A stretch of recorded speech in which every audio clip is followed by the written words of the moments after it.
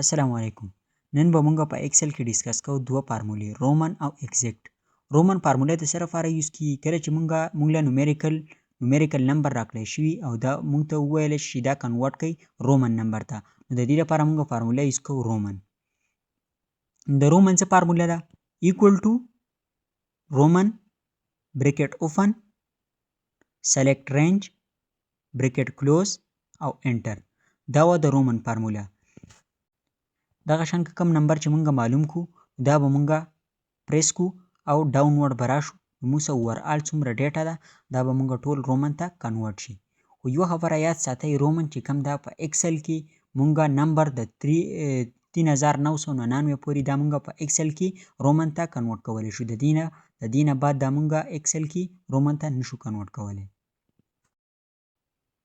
د دینه بعد دا ایگزیکټ فارموله. ایگزیکټ فارموله به موږ څه معلومه؟ کله چې موږ له ډیټا راکړی شي او څوک موږ نه د دې پروف وغواړي چې موږ ته پروف کړي چې دا دواړه نمبر په خپل منځ کې ایکوال دي که ایکوال نه دي، نمبر یا موږ سره الفابیټ سم راتلی شي چې دا په خپل منځ کې ایکوال دي که ایکوال نه دي، نو د دې لپاره موږ فارموله یوز کوو ایگزیکټ فارموله.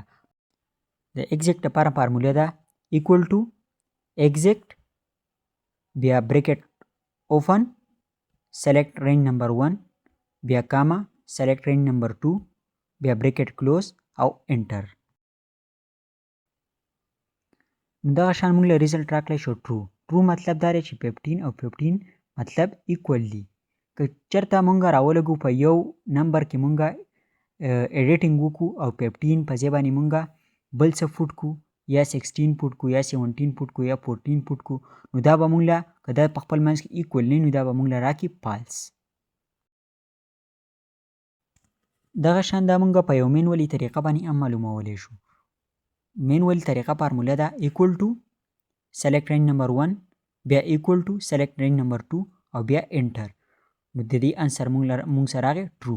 نو دا دویم نمبر فارموله وه مینولي طریقه. خو د ایکسل چې کوم امپورټنټ شارټکټ و هغه اولنۍ فارموله وه کوم چې مونږ ایکسیکټ فارموله ولیکله.